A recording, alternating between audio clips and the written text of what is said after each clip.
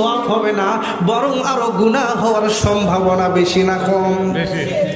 কারণ ওই মেলার মধ্যে এখন যেগুলো ম্যাডামরা আছে, ম্যাডাম বোঝেন, ওদের পায়জামার সাইজ আগেকার সময় পায়জামা 10 বছর আগে 5 বছর আগে পায়জামা দেখতাম যে টাইট ফিটিং, নিচের দিকেও টাইট ওপর দিকেও টাইট, হাইরে টাইট ভাই। এখন আবার আছে 2 মনে সালার বস্তা, নাম হচ্ছে প্লাজো। কি না? প্লাজো। হাই সব্বনে দেখে মনে হয় 2 মনে সালার বস্তা। কি আপনাদের এলাকায় নাই নাকি? আমি তো বগুড়া থেকে বগুড়ার এলাকার কথা কিন্তু বলছি, আপনাদের এলাকার মনে হয় নাই। অনেকেই মাথা নিচে দিক দিয়ে চুপ করে আছে। কি কর নাই? মেলার মধ্যে যান, দেখেন খালি প্লাজো পরে খালি ঘুরিচ্ছে, ওগুলোর সাথে একটার সাথে বাড়ি খেলে আপনার ওযু শেষ। এই জন্য বাজান লক্ষ্য করেন, কোরআনের কথাগুলো শোনেন। এখানে যতক্ষণ থাকবে আপনার জীবনের সগীরা গুনাহ খাতা মাফ হতে থাকবে। আল্লাহু আকবার বলেন। নবীদের কাছে এসেছে মুজিজা। মুজিজা বলা হয় শক্তিশালী কোনো জিনিসকে দমায়া দেওয়ার একটি মাধ্যম, একটি কৌশলের নাম হচ্ছে মুজিজা।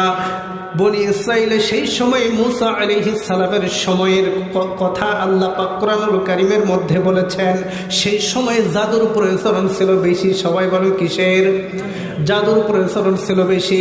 সেই সময়ের ফিরআউন তার রাজ্যের মধ্যে যতগুলো জাদুকর ছিল, সেই জাদুকরদেরকে ডেকে বলতেছে, ও আমার এলাকার, আমার রাজ্যের জাদুকররা, তোমরা আসো, তোমাদের জাদু দিয়া মুসা নবীর জাদুকে তোমরা ঠেকায় দাও, মুসা নবীকে ঠেকায় দাও। বলেন তো মুসা নবীর পক্ষে আছে কে? আল্লাহ। তাহলে মুসা নবীকে ঠেকানোর মতো সাহস কি কারো আছে? নাই। কিন্তু মুসা নবীকে ঠেকাবে দুনিয়ার এই সকল জাদুকররা।